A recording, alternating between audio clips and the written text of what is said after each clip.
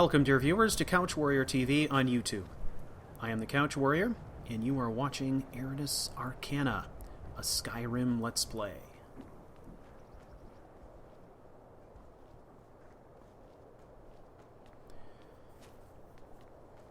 Well, ladies and gentlemen, here we are in Windhelm. Hi, mister. Would you like to buy some flowers? Please? Sure, what do you have, Sophie? Not much, but I hope you like them. Blue mountain flower. We can use that. In fact, we can use all of this. So we're going to buy out her entire inventory. Who are you? Where are your parents? They're dead. My mama died when I was little. I don't remember her very well. My father was a Stormcloak soldier. One day he left and didn't come back. I'm all alone. I try to sell flowers so I can buy food. It's not much, but what else can I do?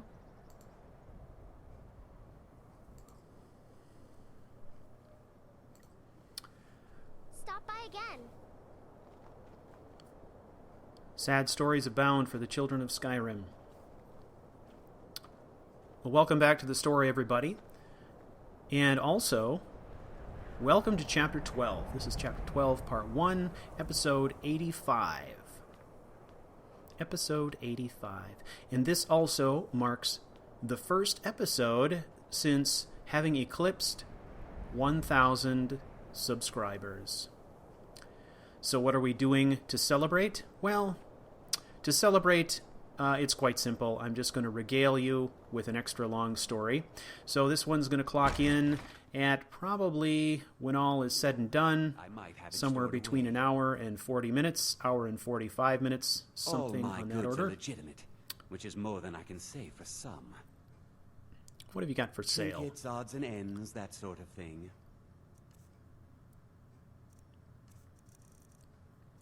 So Fleet has stopped off in Windhelm after leaving the girls in the abandoned house at the end of the last episode. We've stopped off in Windhelm.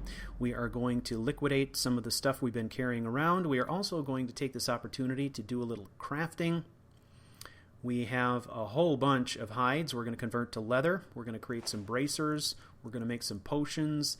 And we're going to see just what kind of weight we can offload in junk here.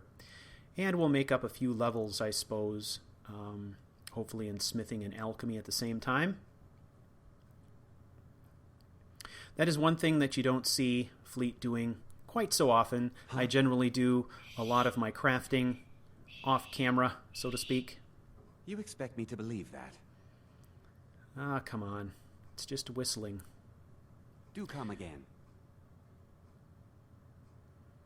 Maybe. Maybe I will.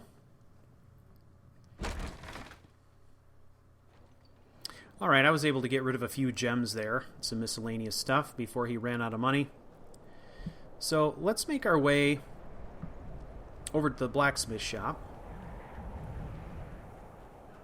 And we are going to... There's been another dragon attack. Kinesgrove this time. Word gets around.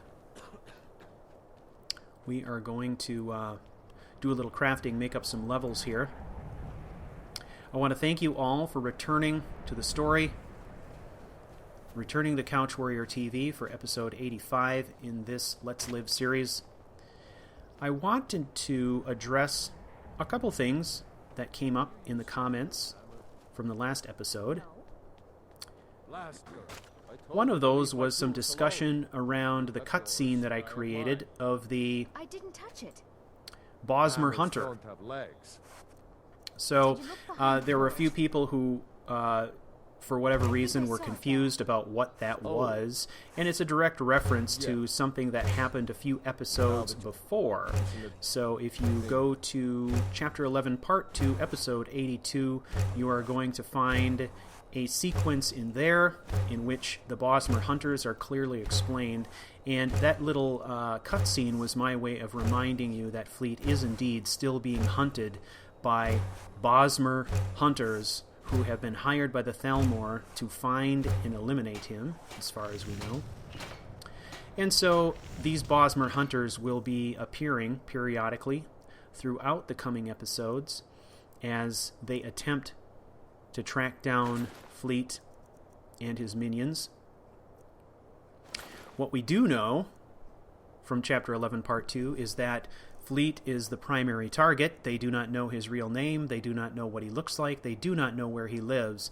So they are kind of starting from scratch, probably have some difficulty tracking him down. But we will be checking in with those Bosmer Hunters periodically just to sort of track their progress. So, just a bit of clarification on that. And then also, some really great suggestions for what to do to celebrate 1,000 subs. Well, obviously that ship is sailed. But what we do need to be thinking about, given the fact that we are already in episode 85, is the fact that we are going to be having episode 100 coming up. And that, I think, is going to be worthy of celebration. And that also gives me 15 episodes to prepare. So let's start thinking about that now. I'm open to suggestions on that as well. As I said before, I am open to the idea of doing contract assassinations. However, we might put a twist on it and perhaps have Nephae carry out those assassinations or something like that. So I'm open to whatever requests you might have. Let's consider them all. I don't have any problem with that. I welcome your input on that. I also got lots of great comments on the last episode. A lot of people really surprised and appreciating the dialogue at the end. That is something I want to thank you for. It was really tricky to do it, just because, you know, Skyrim doesn't really lend itself well to portraying dialogue. I can get away with it in certain circumstances because I am working with a pack of assassins here who are wearing masks. I don't have to worry about lip movement necessarily, and I do think that it offers a little bit of color to the story. So, it's very, very strong likelihood that you're going to see that coming up again in the near future. It seemed like it worked pretty well and is an interesting way to give voice to our characters. So I'll probably continue to do that. So here we're just making some bracers. I've just got tons of hides I'm converting to leather, and of course we need leather and leather strips. I can never really keep count of how many leather strips I make at a go, so I frequently go back and forth between the tanning rack and the anvil, trying to replenish my supply, if you will, of leather strips. So let's sell off what we got. We made 32 leather bracers for him. That was enough to get us, I think, a couple more levels in smithing there. So let's make our way over here to the Alchemy shop and see what is what. Can you brew me an ale?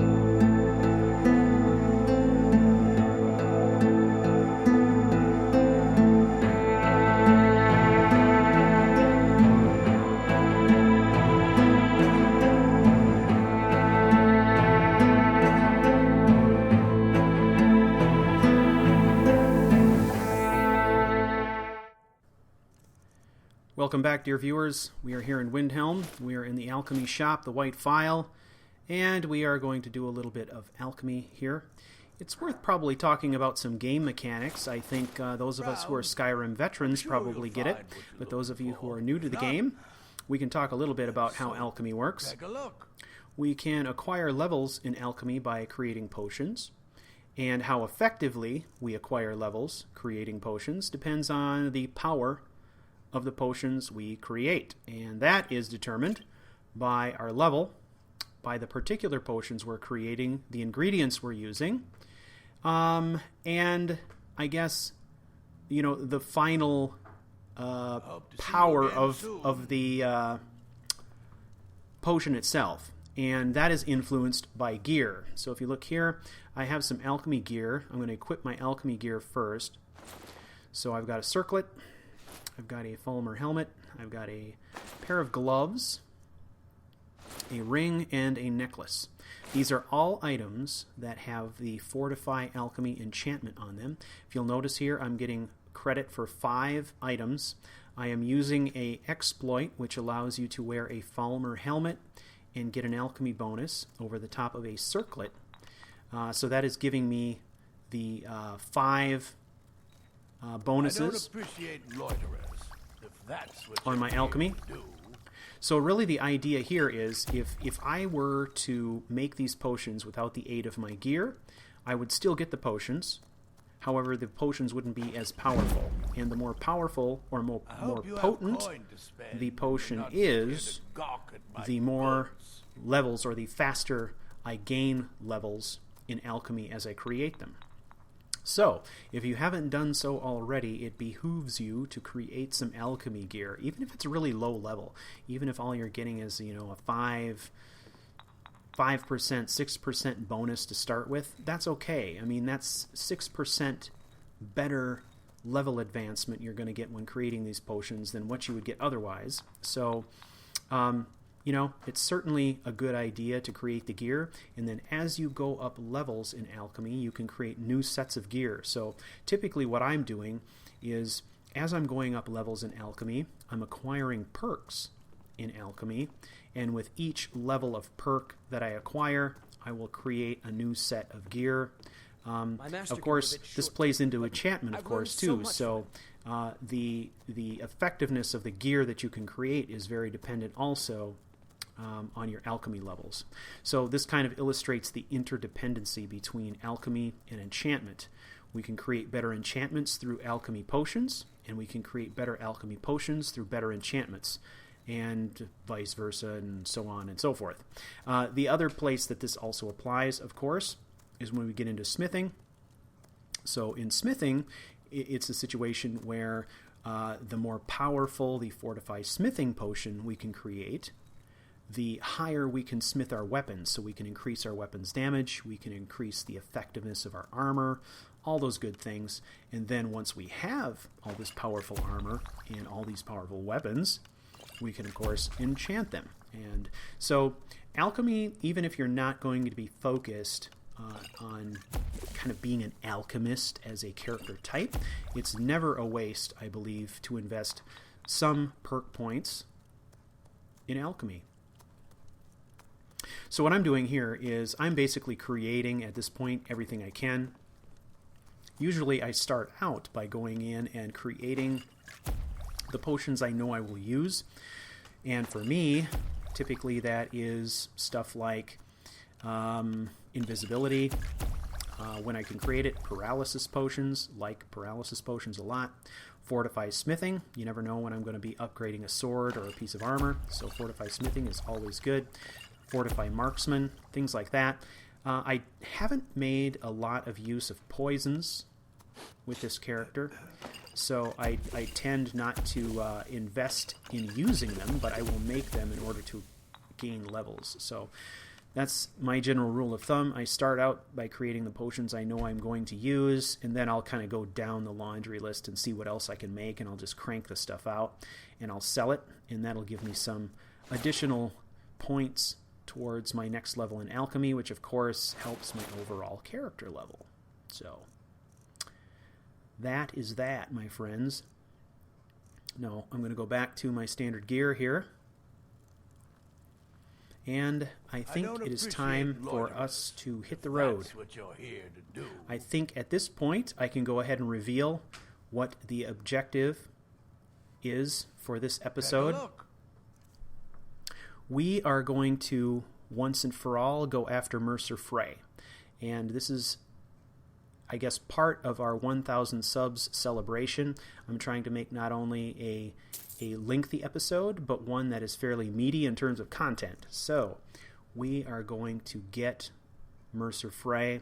Hope That see is you going to again take us soon. to the Dwemer ruined Erkenthand, My master can be a bit where we will be short-tempered, meeting but up with I've learned so Carlia much and from Brynjolf, and we will be trying to dear. track down Mercer Darkwater Crossing somewhere needs medicines for inside its miners. that see very about getting dark this and filled right dangerous away. Dwemer ruin. A few So seconds. it should be fun. Should be very exciting. I'm really looking forward to this one. And you know All right, what? then.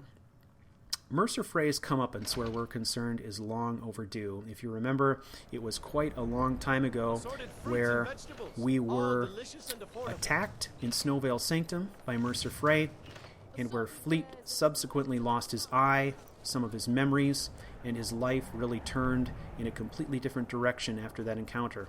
So, this confrontation is long overdue, my friends. Long overdue. When I grow up, I'm going to be an assassin. That way I can help lots of children just like you.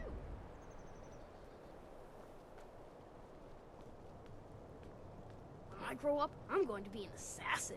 That way I can help lots of children just like you.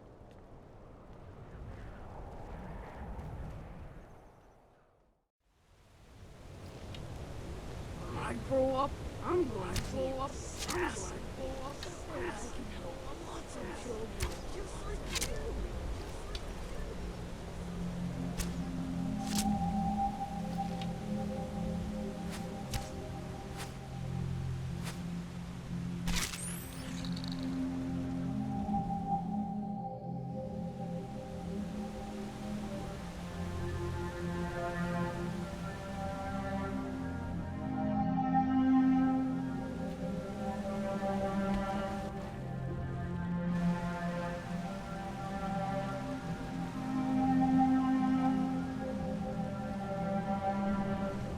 When I grow up, I'm going to be an assassin. When I grow up, I'm going to be an assassin. That way I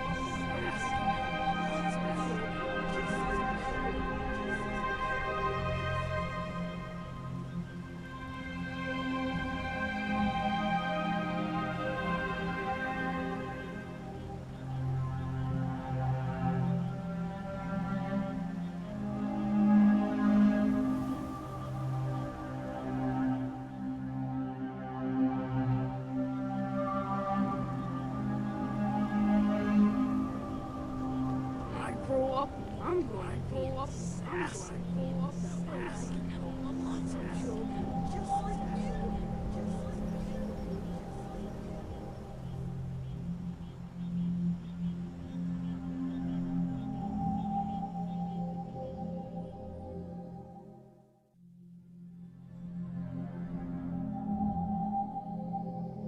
just like you.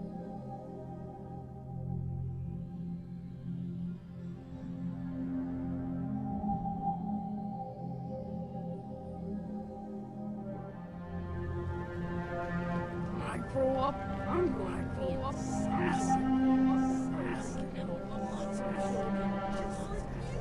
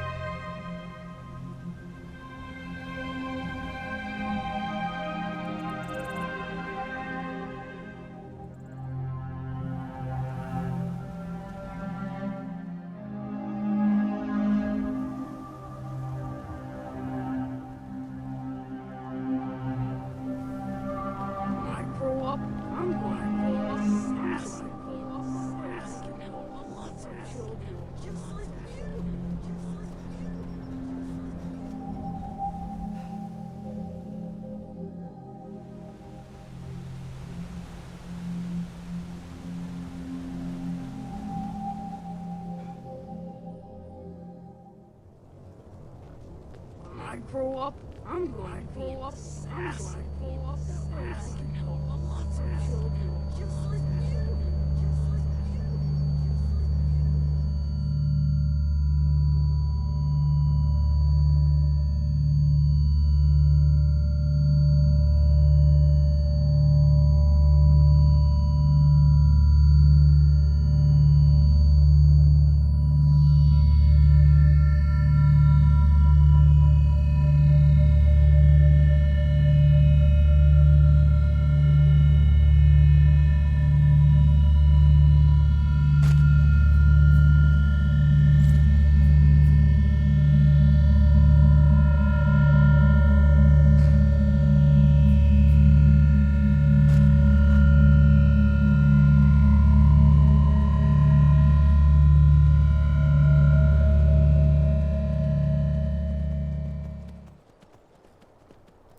Welcome back, brothers and sisters.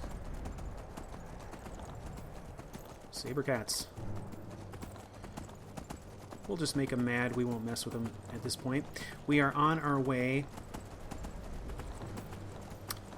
Where would it be? Trying to picture the Skyrim map in my head. So I guess we are traveling, if it's from Windhelm, we are traveling in a westerly direction towards Erkenthand. Erkenthand is a Dwemer ruin. It's fairly sizable, and it can be accessed if you go to the Nightgate Inn. You can actually access the front gates of Erkenthand right across the lake from the Nightgate Inn. So if you head that way, you'll find a trail, and there it'll be. Oop, bandits. Horse charge. Alright, we're going to bypass these guys too. We are very single-minded in purpose right now. And that is, we are in pursuit of Mercer Frey. And the objective here really is that we are trying to apprehend him or deal with him before he can escape from Skyrim. If you remember, Mercer Frey is trying to pull off one last big caper. He is trying to score enough money so that he can disappear for good, and we are trying to catch him before he is able to do that. So he is pursuing some gems in Erkenthand called the Eyes of Falmer, and we have information that has led us to his location, stuff we recovered from his house. So we are going to Erkenthand. We're going to meet up there with Carlia and Brynjolf, and we're going to try to take him out before he can finish this caper and disappear for good. Now, I am taking a completely different route into Erkenthand. I'm not going by way of the front door. We're going up through the mountains, and we're going to come out on a cliff face high above Erkenthand, and we are going to approach from above.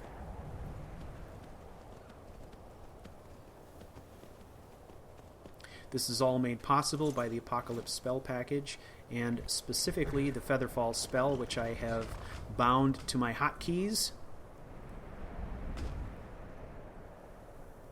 Number 6, to be specific. Number 6 on my hotkeys. So let's use the Featherfall and drop in from above. The express elevator to Erkenthand.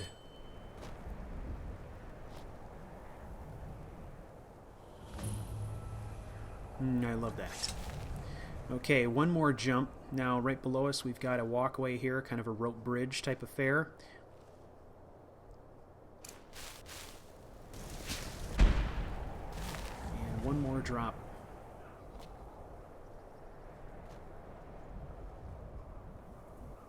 And we are in.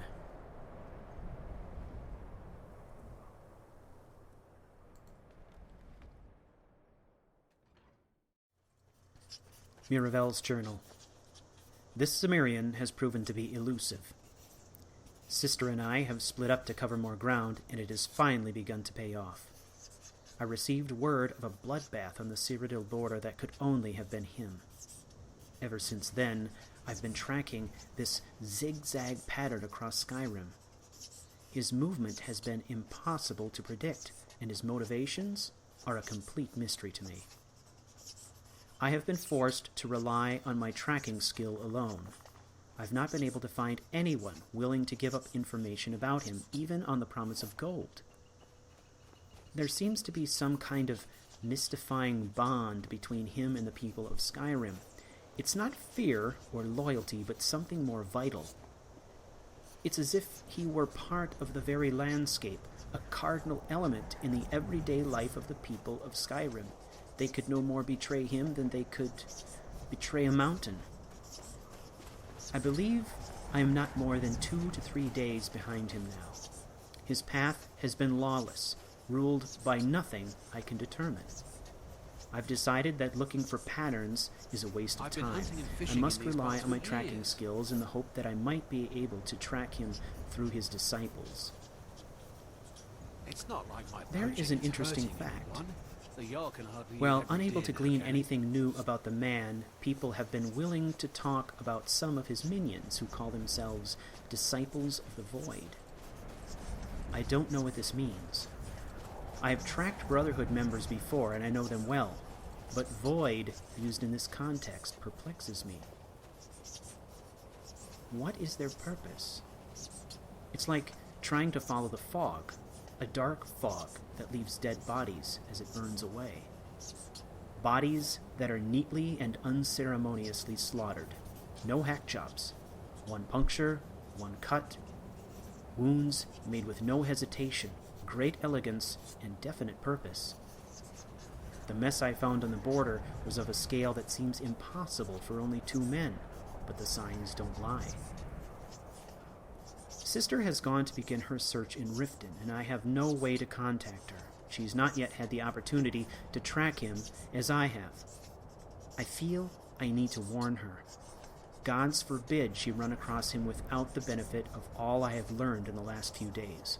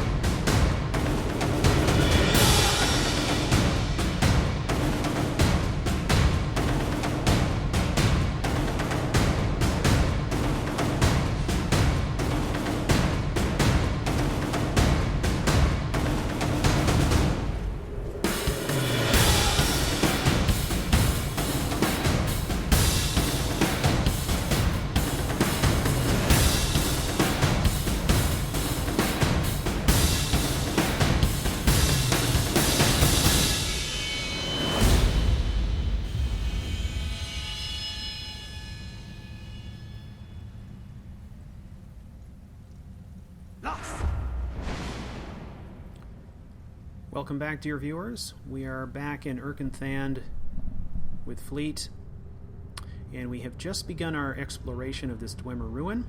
I think there is much action to be had here, as well as a significant amount of lockpicking, so be prepared to see me break many, many lockpicks. That seems like a reasonable expectation, given my track record and my propensity to not invest in lockpicking at all. Ooh, look at that. I don't know if I have the paralyzation enchant yet, so yeah, the thing weighs a ton, but I'm going to go ahead and take it. So right now, we got a bunch of dead bandits here.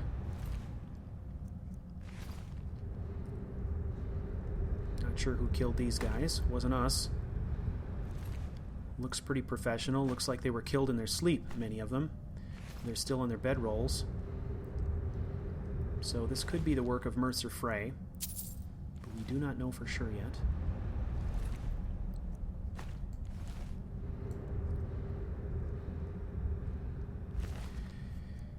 As you probably noticed a little while ago, I ran you through yet another flashback. That is number 4 in our series of flashbacks.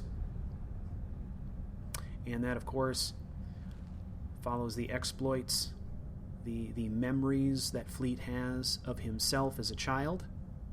For those of you who are new to the story, I do flashbacks from time to time. I haven't done a ton of them. I've done 4 in total. I always try to make them distinctive in the way that they look, and they always have the same music, so you're getting that cue that it's a flashback, but they never include dialogue. They never include any hints, and very seldom do I explain them in detail, even in the comments. That is my opportunity to put some mystery in, to give you a little bit of background on our protagonist, Fleet Featherstone, without really spelling everything out in black and white. That's where we get an opportunity to see kind of how you, the viewers, might interpret what you're seeing there, and how close it comes to what I'm thinking in my head the meaning of these things are. They're very symbolic, typically. So I'll be interested to see what you have for comments on this one. All right. One thing I do like about the Dwemer Ruins is how much loot you can net if you do this right.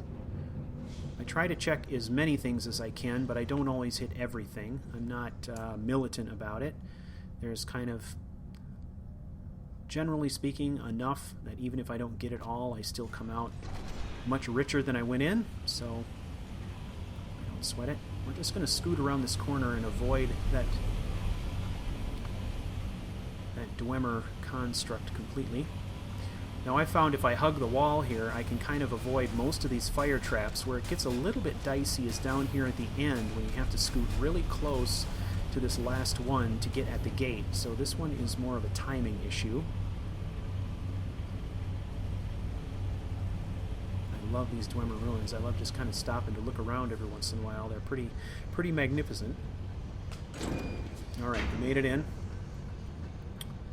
Unscathed to this point. Here's another chest. Alright, apprentice level. I can do this. Come on now.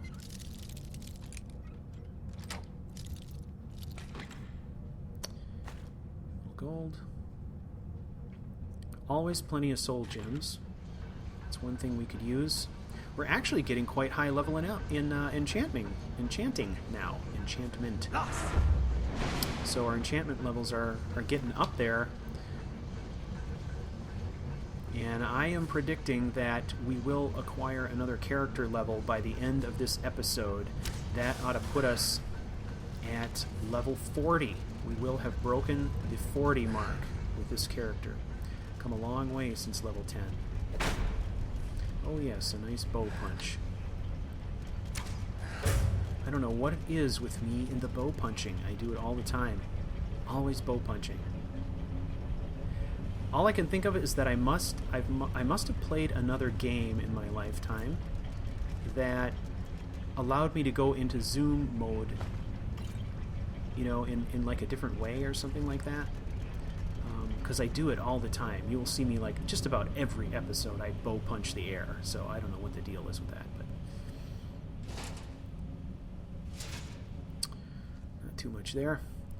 Alright, so we got to take this elevator down, and this is where we will meet up with our companions for the remainder of the Urkenthan quest.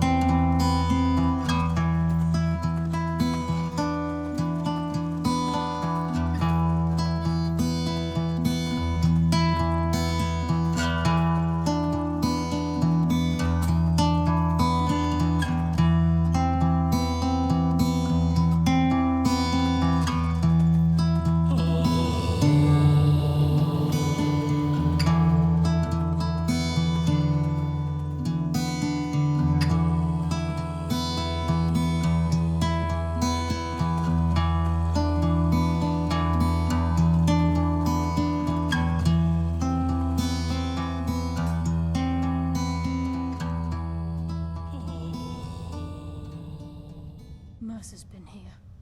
I hope we aren't too late. Those bandits back there. Brenuin and I found them like that. Mercer's doing. We have to catch up to him before it's too late. I'm ready. Let's go. We should tread carefully.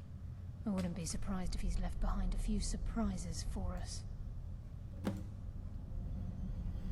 Okay, it looks like we are on point, as usual. Here we go. That was tricky. That seems to be our lot in life. It doesn't matter who we're adventuring with, we end up on point, but that is because we are just so damn good. Right? Come on, we're the Dovahkiin. Wait a moment. We're the listener. What's that? We're the, I don't know, It's Mercer. future guildmaster. We're a nightingale. We're all these things. Okay. Down there. Yeah, he's I'm down on there. it, lad. Alright, we're not waiting around. We're going to get moving. We're going to get moving here. There's no way through. So we've got a lot of adventuring here to do. And the first part of this, you know, the first 40 minutes or so, I've done kind of a lot of cutting back and forth, trying to set the stage for things. For those of you who are longtime viewers of CouchWarrior TV, I have complete confidence in your ability to understand my style and follow what it is that I'm doing with these cutaway scenes. For those of you who are new viewers, I encourage you to go ahead and watch this episode if you like to, but if you really want to understand what's going on, maybe start at the beginning, or you can even go back to the beginning of Act 2 and start with the Act 2 recap if you need to catch up a little bit and don't want to sit through you know, all of Act 1. You can always do that. However, I think it's particularly satisfying if you start from the beginning. Let's take this guy. Oh, hey. He's still up. One more. Bless you, Lady All of right. Shadows. I live another day. Falmer are tough and creepy. Really can't stand Falmer. So, as I said, we have lots of adventuring to do. Erkenthand is a fairly extensive Dwemer Ruin, as Dwemer Ruins go. So, we're going to be in here for a while.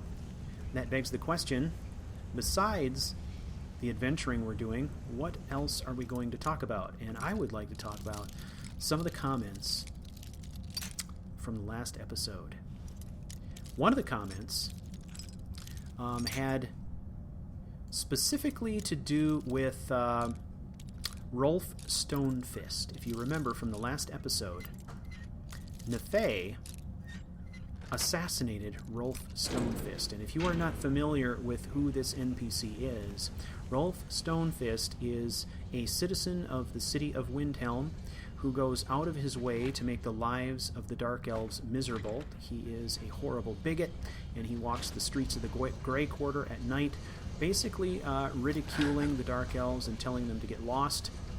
Nephae, as you know, if you watched the last episode and some previous, has quite a few friends in sort of her underground information network who are Dark Elves.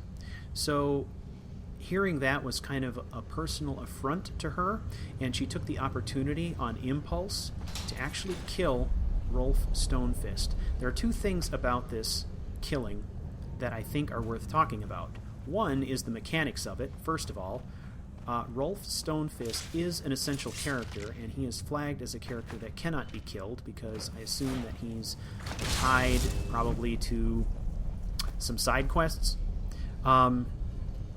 The killing of him fits very well into my storyline and into the story I want to tell about who Nephae is, or what kind of person she is. So I actually used a console command to make him non-essential and make him killable. Now, by doing so, of course, I have forever altered my ability to pursue any quests that he's associated with. But for me, it was kind of an opportunistic thing, and it seemed really to capture, in many, many ways, who Nephae is as a character. She's not only impulsive, but she's very, very, very passionate, and as we've seen through her interactions with Cimmerian, also very protective of the people that she cares about.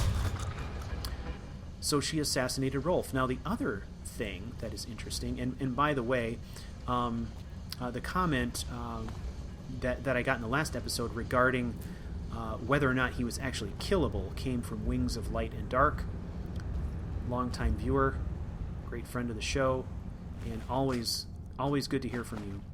The other thing that I think is worth mentioning was a comment by Wen Ren, where this viewer pointed out the fact that the residents of Windhelm are surely going to blame the Grey Elves for Rolf Stonefist's death on their doorstep.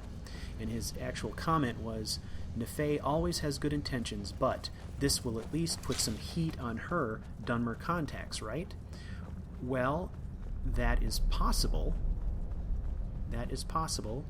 It's very likely that people in Windhelm, especially those who have a propensity for bigotry, are going to, at first, blame the Grey Elves for what happened, but or the Dark Elves. So, however, if you go back and review the footage, there's another interesting fact that is going to cause problems. Now, Nephae has probably caused as many problems as she's fixed.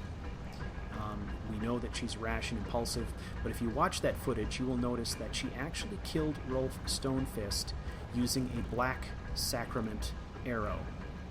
And to our knowledge, the only ones in Skyrim who actually have the very distinctive black sacrament arrows are either Fleet or Nephae. Nobody else.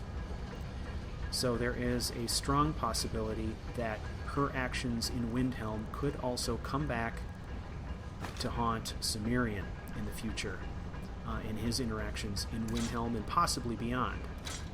So, food for thought, right? Interesting potential plot twists there. All right, so this one was kind of a weird one to get through this gate here. You have to actually activate the lever on both sides. Let's get rid of this trap. I'm not worried about stepping in them, but my companions will. So I'm going to deactivate those whenever I can. Now let's set ourselves up for success here. The low road or the high road across this chamber. We are going to take both roads, potentially. Now let's see if we can get through this chamber unscathed. This guy's got to go. Okay. One shot on him. Now we're going to come up to this high point. Oh, there's another one there. Come up to this high point. We are making very liberal use of our Aura Whisper shout here. Oop, bow punch. Imagine that. Okay. Now this guy, he's our next target. Ooh. He's armored pretty heavily. I didn't get him with one shot. We got to pick him off. Oop, that was a flub. Let's get him now. On the run. Okay. Ooh. Okay, I kind of screwed up there. I didn't take him out with one shot. I don't know if that could be helped. So I had to take him out quick. This guy's got to go too. Oh, he's a two-shotter as well. Okay, he's done. The issue here is that if I engage even one of these Falmers in hand-to-hand combat with swords or whatever, or my companions do, it seems like with the Falmer, what tends to happen is everybody in the hive wakes up. So as long as we can maintain stealth kills, we can maintain our overall surprise. And what I want to do is set up a situation where my companions are fighting as little as possible. Because every time they swing their swords, they're breaking stealth. So we are going to try very hard to make these kind of one-shot deals when we can. Now, obviously, some of these I've been able to one-shot and some not. I don't know if it depends on if they have different armor ratings or what the deal is. So let's see this guy here, if I can get him in one shot. Yeah, he's a one-shot guy. All right. So let's see, that was that 1, 2, 3, 4 down so far. And we still have maintained our surprise. Let's scoot around here.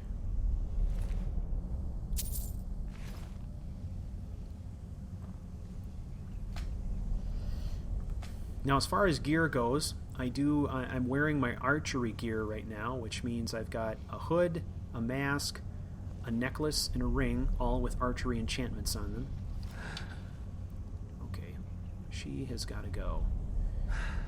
She is a magic user as well. Okay, she's going to get up and turn around. We're going to let her move again. She's pretty active, so we have to be ready for the shot.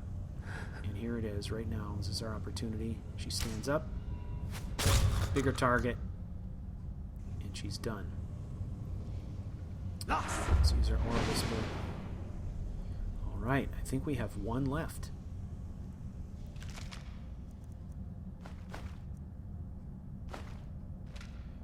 Okay.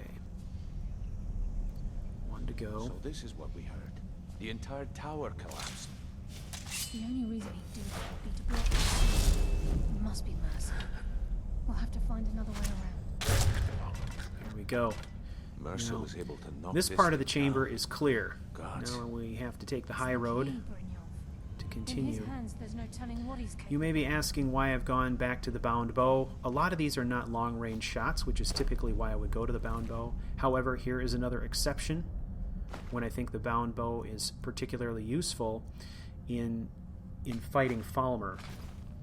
As we've already seen, I'm not always able to consistently take out Falmer with one arrow, but I have a stronger likelihood of doing that with this bow because it's going to do more damage than my silver bow does. Now, eventually that won't be a concern for us as we continue to get levels in enchanting. I'll be able to craft more powerful enchanting gear to replace the stuff I'm wearing currently. But for now, this is probably our best bet. We want to do as much damage as quickly as we can, so if we don't take them with a first arrow, we can take them with a quick second arrow. At least this will give me the opportunity to get more one-shot kills than I would if I was using the other bow, so it seems like the better choice given the circumstances. And if you remember, the philosophy is the right tool for the job, and this seems like the right tool for this particular job. Alright, let's see here. Nothing. Ooh, and a scroll. Take that. Alright, let's keep blasting our way through here.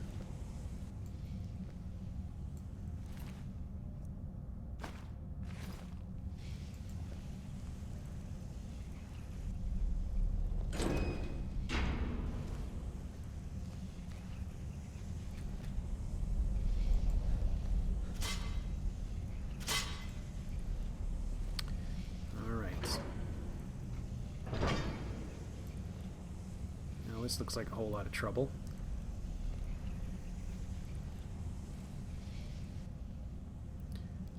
So we're just kind of taking this a chamber at a time, slightly varying our strategy based on what the layout of the chamber is, what our situation is. And very deadly. We can take the beast on or sneak around. It's your call, lad. No, We're right behind you. We're not going to confront. We're not going to cause ourselves to have to confront that giant Dwemer Centurion face to face. We are going to try to pick off these Falmer quietly, get as many of them as we can out of the way, and then we might be able to use that thing to our advantage. Now, this guy has isolated himself, so let's take him out. Alright. That was a good time to get a one-shot kill. Who else? Okay. Nobody's been alerted. Okay, here's another guy over here. He's on his own. Looks a good sitting duck. Okay, that's 2. So far, everybody's still cool. Another one here, number 3. Got him. Right in the spleen, man. Spleen shot. Okay. Ooh, there's another Falmer. Let's take this guy. Alright, we got a pile going over there.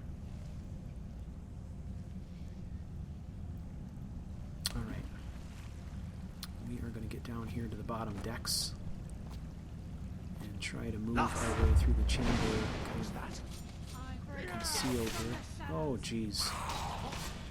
Well, we've blown our cover.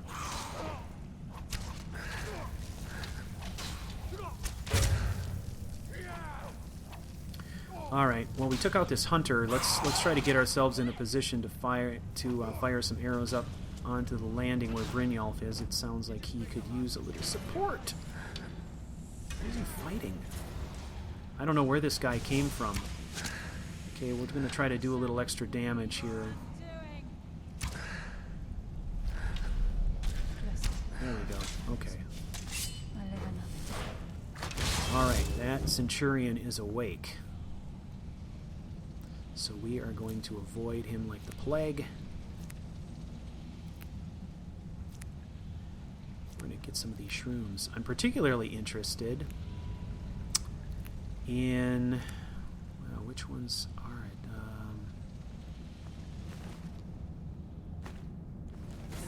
That's okay stuff.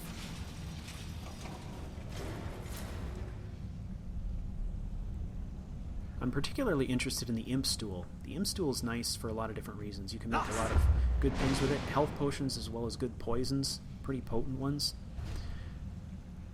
As I said before, I don't use poisons a lot, but that's been so far. I've been focusing most of my attention where crafting is concerned on enchantment. Buying enchantment perks. But eventually, it would be fantastic to put more into alchemy. I can definitely see that being sort of a high-level route to go. Alright, we got a trap here. We're going to take it out. Nasty one. Okay, now that Centurion, I put an arrow into him. That's going to knock him down a little bit on health, but it's also going to piss him off. Now he's come over here and he's distracted fighting this vermin. And this gives us an opportunity to climb up here and get a good look at what's going on this level up here. There's definitely some bad guys up there. You'll speak when the oath is complete. How can a skeever be giving him such a hard time?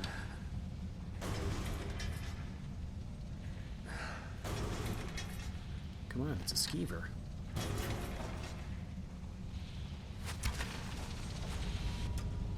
Oh. Finally, let's end this. Stop. Yes.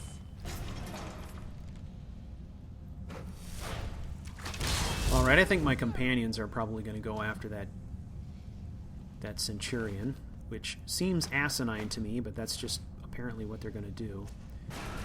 So, I'll take this opportunity to scope out what's going on over here.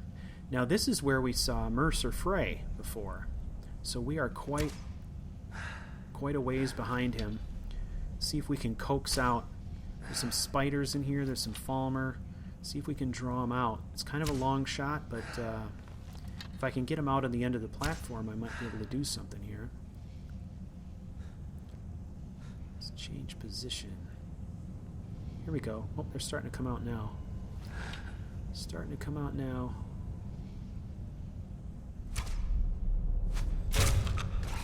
Oh, yeah. There's one down. See, now they all come running. And we start polishing them off. Hey. There is level 40, ladies and gentlemen. We need some confetti or something. Okay, another spider down on the walk. Another one. Let's get this guy on the walk. Oh, near miss. Still got a shot. Come on. Bam. Done. Cleared and ready to go.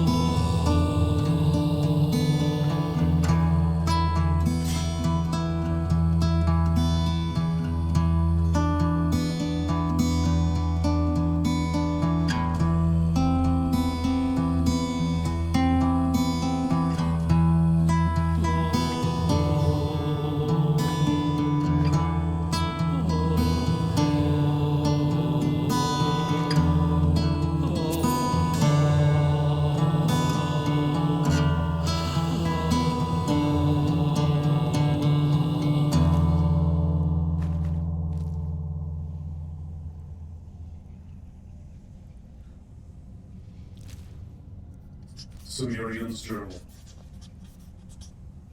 As one's life draws closer to the eternal sleep, it is natural to think of days past and ask, what is the mark I've left on the world?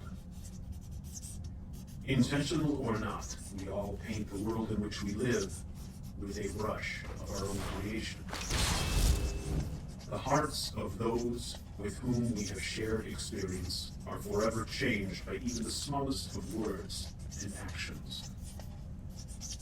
As the snowflake begets the avalanche, we cannot always know how that which we do today will change tomorrow. This is where we saw Mercer.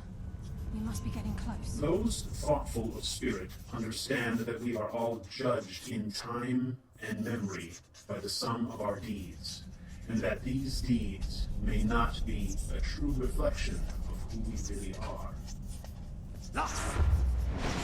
Fleet will never be remembered, This place reeks and of Cimmerian will likely be universally reviled by the time this is all Sign us over. if we want to avoid drawing their attention. I wear the mask of a monster, my true self lost to the world. I have accepted this mantle of darkness and the gruesome task that comes with it. I am broken and beyond saving, but my transformation may yet save the people of Tamriel. My life and spirit was forfeit long ago. The path ahead is soaked with blood of the guilty and the innocent, but I will do what must be done. Hey everybody, we're back in Erkenthand. We just heard from Cimmerian.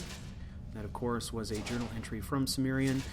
In those cases, I am using our modified voice. It is sort of the disembodied or inhuman voice of the killer that is Cimmerian. There are some aspects of Fleet that I think are still part of that persona.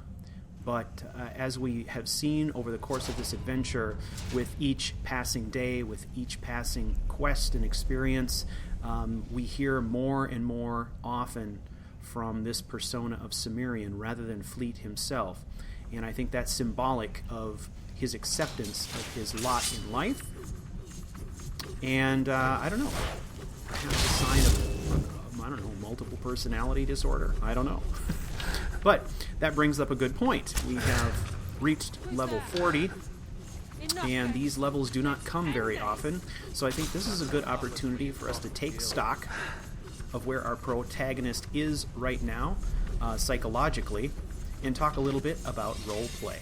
We have some important decisions coming up, one of which is how to spend this perk point. We don't get them very often. I am not a player who is spending a lot of time crafting for obvious reasons. It's not particularly interesting as the story goes, and because I spend so much time devoted to the story, I don't often take the time to sit down and just create things, to grind on levels. So, when the levels do come, I think it's important that we give some thought to how we spend those perks. So we are at level 40. We've got a perk to spend. I'm not sure what I'm going to spend it on, so I am going to take the time between this episode and episode 86 to make that decision, and we will probably spend that perk point in the next episode. However, it is a good opportunity for us to talk a little bit about this character and talk about some of our role-playing tools. I know many of you out there have been inspired by this Let's Play to try a new style of role-playing as you go through Skyrim. There have been countless comments along the way from people who have said they've been inspired to just start over, and people have been sending me character backgrounds, and I apologize. I have not been able to read them all in their entirety. I've been sent quite a few, and I'm way behind. I'm trying to catch up on some of that reading. I just don't have as much time as I'd hoped I'd have. So, anyway, let's talk a little bit about what's going on with Fleet and the kinds of things that are influencing his direction now in terms of roleplay and the direction that I'm taking him in the story.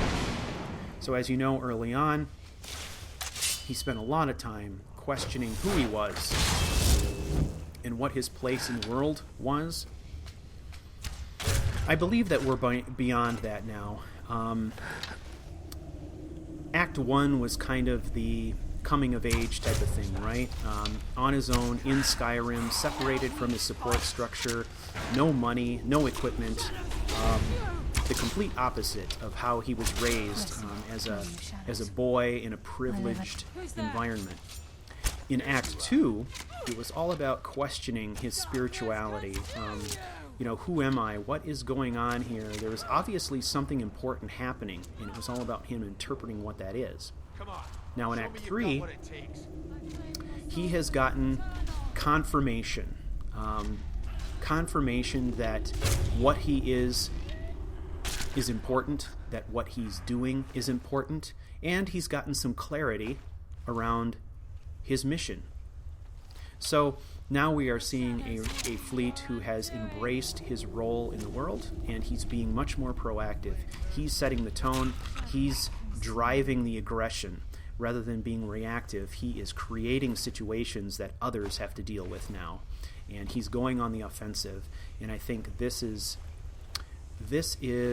Fleet coming into his own as a leader, but also kind of embracing all these different roles that he's taken on. And I think we see this manifest itself in a lot of different ways. He leads the Dark Brotherhood in a way that he thinks is best, down a dark path. He also finds himself in a leadership role with regard to the people of Skyrim as the Dragonborn. Not everybody knows he's the Dragonborn, but as time goes on, that's going to become more and more clear. And one thing that the people of Skyrim do know is that the Dragonborn has returned. Not all of them may know who he is. They may not have met him. And to be honest, he's not anxious to tell everybody who he is either. So it'll be interesting to see how that turns out in the coming episodes. So if we were to take a look at what I view to be his personality traits now, these sort of contradictions that make him the complex character that he is, I think of it in, kind of 4 different categories. From Fleet, we see now this capacity for complete ruthlessness, total ruthlessness, but a great sense of compassion. And, of course, it all depends on the scenario or the lens in which we're looking at these things through. But where his mission is concerned, he can be very, very ruthless, but we've also seen great moments of compassion when he's dealing with the downtrodden, the orphan children of Skyrim. He seems to have a very interesting soft spot that makes him complex. The next set of traits I would point out is this contradiction of him being both calculating and impulsive. And I think this comes into play in how he views his mission. He has a mission. He has a rough plan. The mission is kind of a vague thing that he knows he must do, which is this balance between order and chaos, this thing that he must maintain. However, the plans that he uses to execute on that mission can be quite chaotic and impulsive, which is one of the things that makes him difficult for the Thalmor to deal with, and difficult for our Bosmer Hunters to track. He is both bold and secretive. This is category number 3, bold and secretive. He's obviously very secretive, going around in disguise, traveling at night, doing a lot of things to conceal his identity. But even in that, as he's doing that, he's making very bold moves, leaving bodies everywhere, attacking people when they think they're safe. So a lot of his strategy involves very bold moves, but done from kind of this secretive, silent platform that he works from. And the last category is this idea of him being both fatalistic and a survivor. I think we heard in his last journal entry, he's got kind of a fatalistic attitude. He sees himself as already having basically given up his life. He sees himself as already dead, and I think he firmly believes that his destiny is to die in the pursuit of this mission. So he is a man who's particularly dangerous, feeling he has absolutely nothing to lose. But at the same time, we've seen him go to great lengths to survive, feeling that he owes it to Sithis to stay alive as long as he can to perform these missions. So that makes for an interesting dichotomy right there.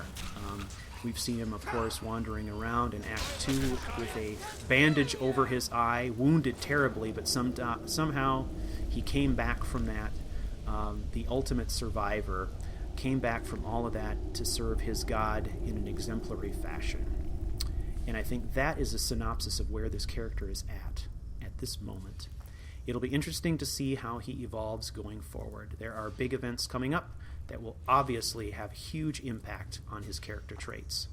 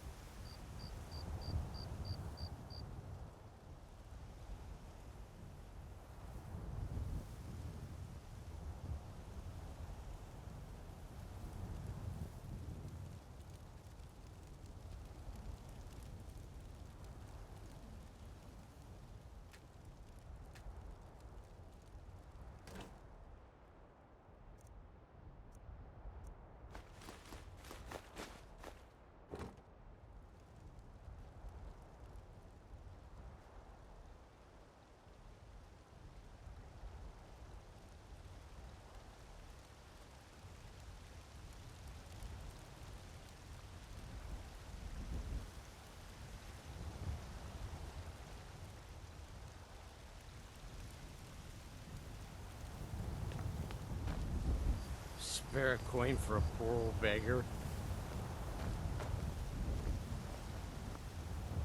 I don't owe you money, do I?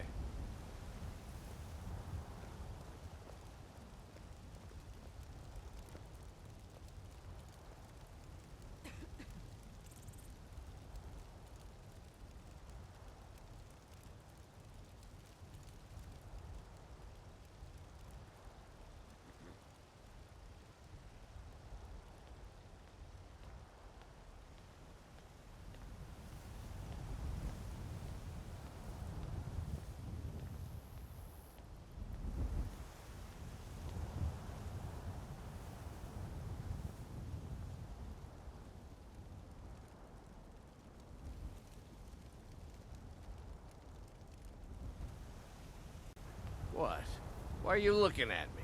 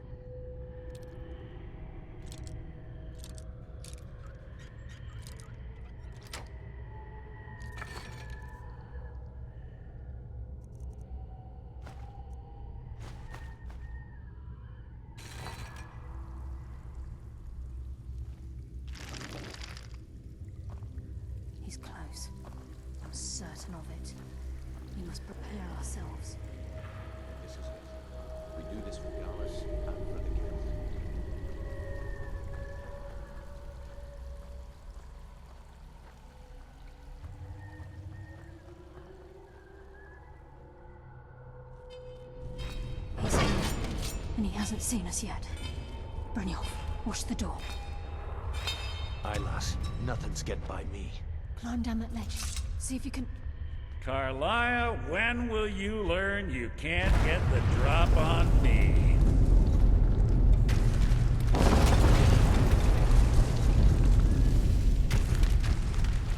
When Brenuin brought you before me, I could feel a sudden shift in the wind. And at that moment, I knew it would end with one of us at the end of a blade. Give me the key, Mercer. What's Carlia been filling your head with? Tales of thieves with honor? Oaths ripe with falsehoods and broken promises?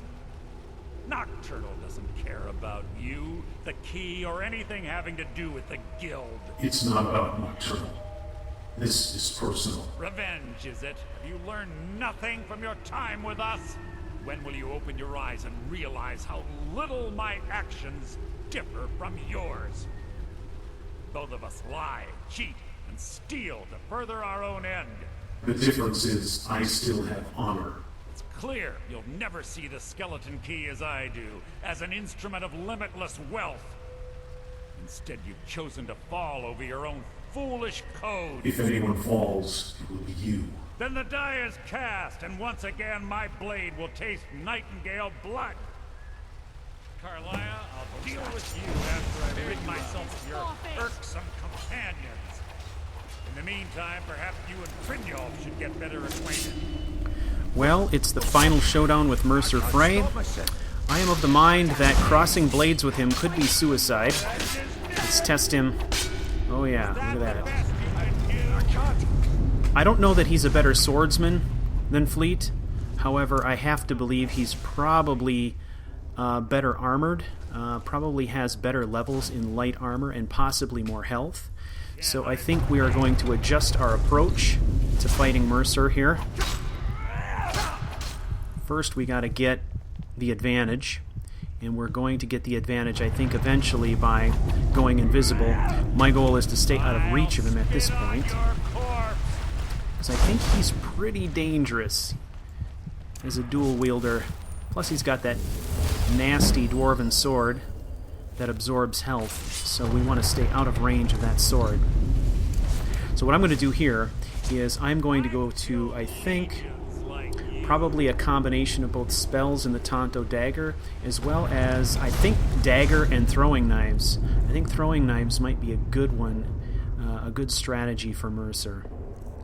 First of all, we need to gain some advantage here, so we are going to use an invisibility potion. This will just help us break line of sight, much like we did with the trolls in the last episode. We're breaking line of sight with this potion. This is going to confuse Mercer, get him off balance, and allow us to go on the offensive. Right now, we're purely in a defensive posture. That's not how we want to be with Mercer. Now, the other thing we have at our advantage, of course, is Aura Whisper. He's using a lot of invisibility potions here, so Aura Whisper is going to be critical to helping us find him. Okay, there he is, right there. Go into the throwing knife. Okay, I think we got a hit on him, even though he's invisible. I'm just trying to... Here he comes. Put another one in. Yeah, we can take a couple shots from him, but then we have to retreat. Okay, there he goes. He's going down. He lost us again. That's good. I think we hit him again, invisible. Okay, he went around that side. We're going down. I've been thinking about this battle and how I wanted to play it out, and I just love the idea of a master assassin and a master thief going toe-to-toe in kind of a cat-and-mouse game, and that's what we're playing here with Mercer, a little cat-and-mouse. Alright, there he goes again. Alright, we've recovered our health. We're going to stick our neck out. Basically, I'm provoking him. I'm provoking him into charging me. It allows me to put a knife in him. Rather than going toe-to-toe and getting caught up in power attacks, I can take a shot from him and I can run.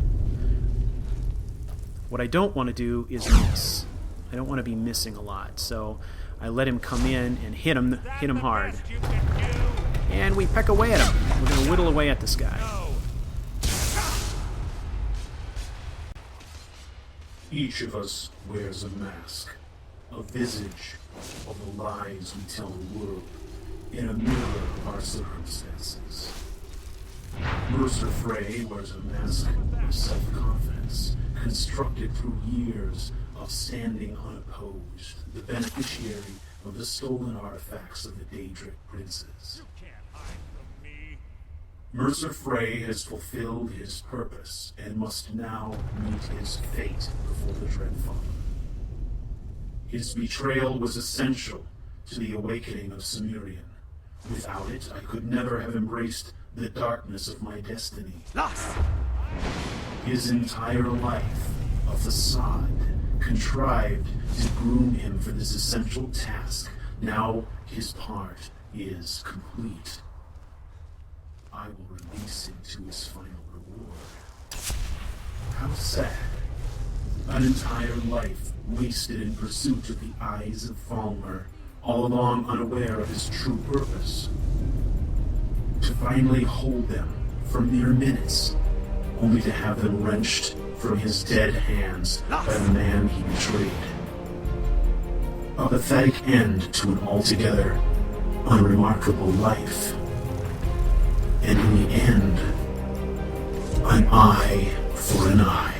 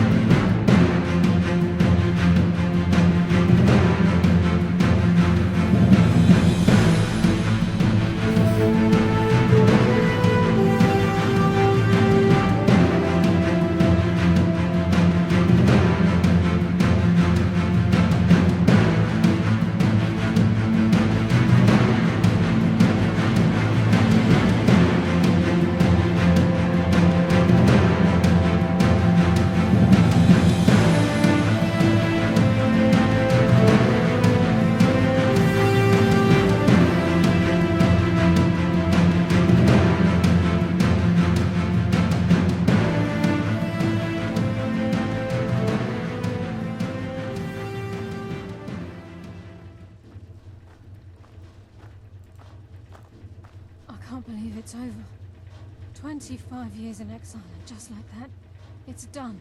All that remains is to ensure the safe return of the skeleton key. Sounds like it'll be a simple task. I'm afraid it's not that simple. Of when course. the skeleton key was stolen from the Twilight Sepulchre, our access to the inner sanctum was removed. The only way to bring it back will be through the Pilgrim's Path. I take it you never used the Pilgrim's Path? It wasn't created for the Nightingales. It was created to test those who wish to serve Nocturnal in other ways. As a consequence, I have no knowledge of what you'll be facing. Then we'd best get started. Brynjolf is needed back at the Thieves Guild to keep order while you're away. And I can't bear to face Nocturnal after my failure to protect the key. I'm afraid you'll have to face the end of your journey alone. Don't worry. I'll return the key. Take this with you. I'm not certain if it will help within the walls of the Sepulchre, but I certainly don't need it as much as you. I've had this bow almost my entire life, and it's never let me down. I hope it brings you the same luck.